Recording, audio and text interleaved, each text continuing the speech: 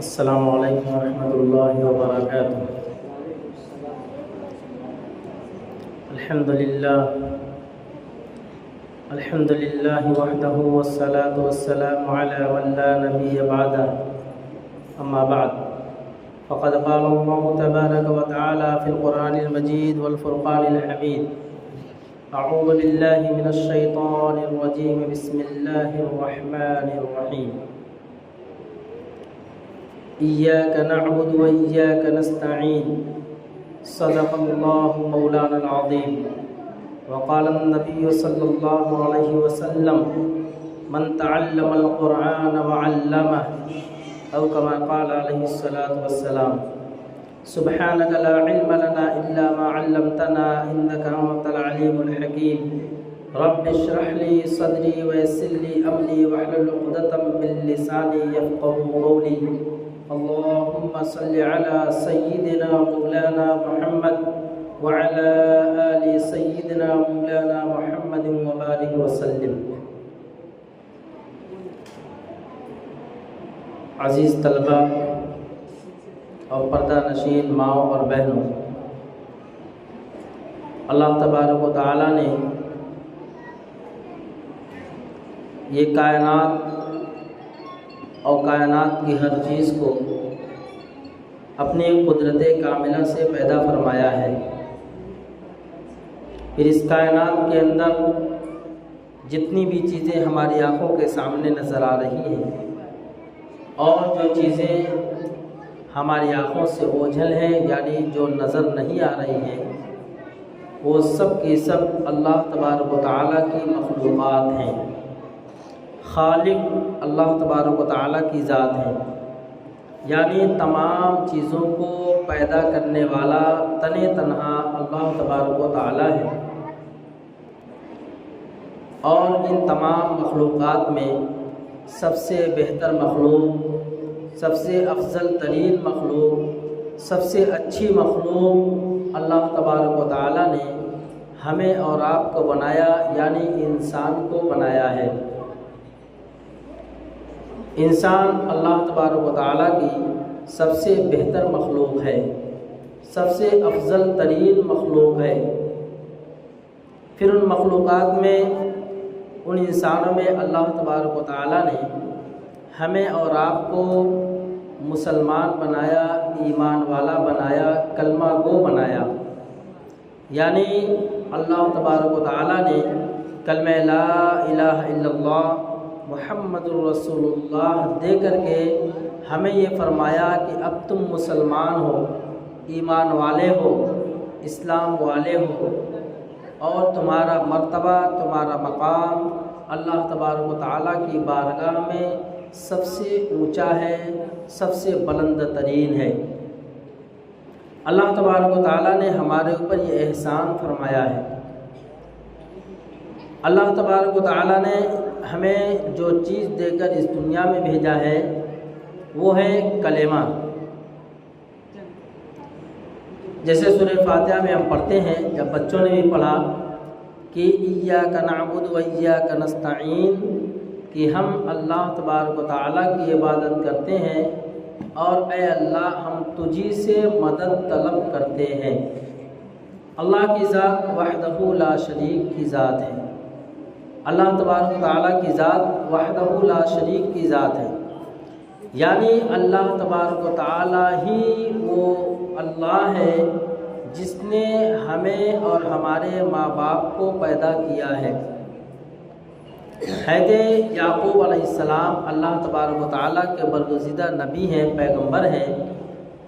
جب ان کے دنیا سے جانے کا وقت آیا تو انہوں نے فرمایا، اپنے قبیلے اور کنبے خاندان کے لوگوں کو بلایا، یعنی اپنی اولاد کو، اپنے بیٹے پوتوں کو بلایا اور کہا کہ اے میرے بیٹوں اور پوتوں، دیکھو میں دنیا سے جا رہا ہوں، یعنی اب مجھے میرا دنیا سے جانے کا وقت آ چکا ہے۔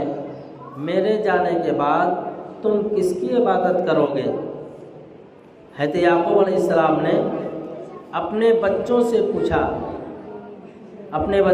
پوچھا کہ میرے دنیا سے جانے کے بعد تم کس کی عبادت کرو گے؟ تم کس سے اولاد مانگو گے؟ تم روزی کس سے مانگو گے؟ تم بیمار جب ہو گئے تو شفا کس سے مانگو گے؟ تم پریشان جب ہو گئے تو اپنی پریشانیوں کے دور کرنے کی درخواست کس سے کرو گے؟ تم بے اولاد ہو تو اولاد کس سے مانگو گے؟ تو ان بیٹوں نے کیا کہا؟ قالوا نعبد الہک و الہ آبائک ابراہیم و اسماعیل و اسحاق، اے ہمارے ابا جان، اے ہمارے دادا جان، آپ کے جانے کے بعد ہم اسی کی عبادت کریں گے جس کی ہمارے باپ دادا عبادت کیا کرتے تھے، ابراہیم، اسماعیل اور اسحاق، یعنی ہم ایک اللہ ہی کی عبادت کریں گے، ایک اللہ ہی سے مدد مانگیں گے، ایک اللہ ہی کے سامنے اپنے دکھڑے سنائیں گے، ایک اللہ ہی کو اپنا جو ہے کارساز مانیں گے۔ جب ہمیں کسی چیز کی ضرورت پڑے گی تو ہم اپنے پیارے اللہ سے اس ضرورتوں کو پورا کروائیں گے۔ جب ہمیں کوئی ضرورت پڑے گی تو ہم اپنے ناک اور پیشانی کو اسی اللہ کے سامنے جھکائیں گے، کسی اور کے سامنے ہم ناک اور پیشانی نہیں جھکائیں گے، کسی اور سے ہم اولاد کو نہیں مانگیں گے، کسی اور سے ہم روزی نہیں مانگیں گے۔ جب بھی مانگیں گے تو ہم اپنے پیارے اللہ سے مانگیں گے۔ اللہ تبارک و تعالیٰ نے ہمیں اس دنیا میں جو بھیجا ہے، اس دنیا میں آنے کا ایک مقصد ہے۔ جیسے ہر چیز کا ایک مقصد ہوا کرتا ہے، ایسے ہی ہماری زندگی کا بھی ایک مقصد ہے۔ دنیا کی زندگی چند دن کی زندگی ہے، آج ہے کل ختم ہو جائے گی، اور یہ دنیا کا سلسلہ سب سے پہلے انسان حضرت آدم علیہ نبینا علیہ الصلاۃ والسلام سے چلا، وہ بھی اس دنیا میں آئے اور ایک وقت گزار کے دنیا سے چلے گئے۔ اس کے بعد انسان دنیا میں آتے رہے اور یہ دنیا چلتی رہی اور چل رہی ہے اور قیامت تک چلتی رہے گی۔ ہم سے پہلے ہمارے باپ دادا تھے، وہ بھی ایک وقت گزارے اور چل بسے۔ اب ہمارا وقت آیا ہے، ہم بھی کچھ دن رہیں گے، ہمیں بھی اس دنیا سے کچھ کرنا ہے۔ تو دنیا فانی ہے، چند دن کی زندگی ہے، آج ہے کل ختم ہو جائے گی، اور باقی رہنے والی جگہ جو ہمیشہ ہمیشہ کی ہے، جو کبھی نہیں چھوٹنے والی، جہاں سے کبھی واپس نہیں آنا ہے۔ دنیا میں آئے ہیں، اس بات کی علامت ہے کہ ہمیں اس دنیا چھوڑ کر کے جانا ہے، اور جہاں جانا ہے پھر وہاں سے واپس نہیں آنا ہے۔ اسی لیے جب مرنے کی خبر سنتے ہیں، ابھی بچے نے کہا کہ انا للہ و انا الیہ راجعون، کہ ہم اللہ ہی کی طرف سے آئے ہیں اور اللہ ہی کی طرف جانا ہے۔ ہم کہاں سے آئے ہیں؟ اللہ کی طرف سے آئے ہیں، اور واپس کس کے پاس جانا ہے؟ اللہ ہی کی طرف جانا ہے۔ تو کہنے کا مطلب یہ ہے کہ یہ جو چند دن کی جو زندگی اللہ نے دیا ہے، یہ بہت قیمتی زندگی ہے۔ اس زندگی کا ایک ایک منٹ، ایک ایک لمحہ ہیرے جواہرات سے زیادہ قیمتی ہے۔ جب اس دنیا کی آنکھ بند ہوگی نا، پھر پتہ چلے گا کہ دنیا کی زندگی کتنی قیمتی تھی، اور ہم نے بس اس کو یوں ہی گزار دیا۔ اللہ تبارک تعالیٰ نے جو ذمہ داری ہمیں دی ہے، اس ذمہ داری کو ہمیں نبھانا ہے۔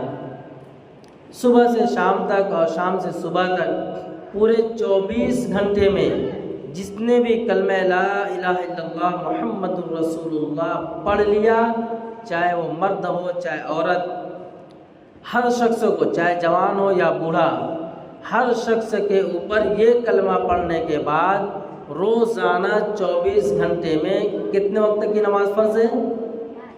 5 وقت کی نماز فرض ہے۔ اس کے بغیر چارہ نہیں ہے۔ کھانا پانی کے بغیر چارہ ہے کیا؟ پانی نہیں پیے گی زندہ رہیں گے؟ کھانا نہیں کھائیں گے زندگی گزار لیں گے؟ ایسے ہی فرمایا کہ یہ کلمہ جو ہم نے پڑھا، لا الہ الا اللہ محمد الرسول اللہ، اس کو اپنے دل میں باقی رکھنے کے لیے یہ 5 نمازوں کا ہونا ضروری ہے، اور کسی بھی حال میں ہمیں ان نمازوں کو نہیں چھوڑنا ہے۔ رسول اللہ صلی اللہ علیہ وسلم نے فرمایا کہ قرۃ عینی فی الصلاۃ، کہ نماز میری آنکھوں کی ٹھنڈک ہے، نماز میری آنکھوں کی ٹھنڈک ہے۔ اللہ تبارک و تعالیٰ نے ہمیں بہت ہی پیارا نبی جناب محمد رسول اللہ صلی اللہ علیہ وسلم عطا فرمایا ہے، اور آپ کی پیاری امت میں ہمیں اللہ رب العزت نے بھیجا ہے۔ رسول اللہ صلی اللہ علیہ وسلم ہمارے آخری نبی ہیں، آپ کے بعد اب دنیا میں کوئی نبی نہیں آنے والا، اور ہمارے بعد کوئی دوسری امت نہیں آنے والی۔ تو اس پیارے نبی کی امت میں اللہ تبارک تعالیٰ نے ہمیں پیاری امت بنا کر کے بھیجا ہے، اور نبی علیہ الصلوۃ والسلام نے فرمایا کہ نماز میری آنکھوں کی ٹھنڈک ہے۔ کیا فرمایا؟ نماز میری آنکھوں کی ٹھنڈک ہے، اگر تم نماز چھوڑو گے تو میری آنکھ کو تکلیف ہوگی۔ اب بتاؤ کہ جب ہم نماز چھوڑیں گے تو ہمارے پیارے نبی جناب محمد رسول اللہ صلی اللہ علیہ وسلم کی آنکھ کو تکلیف پہنچے گی۔ ابھی بچے نے کہا جی چاہتا ہے کہ میں وہاں گھر بناؤں، نعت کیا پڑھا؟ جی چاہتا ہے کہ میں مدینے میں گھر بناؤں۔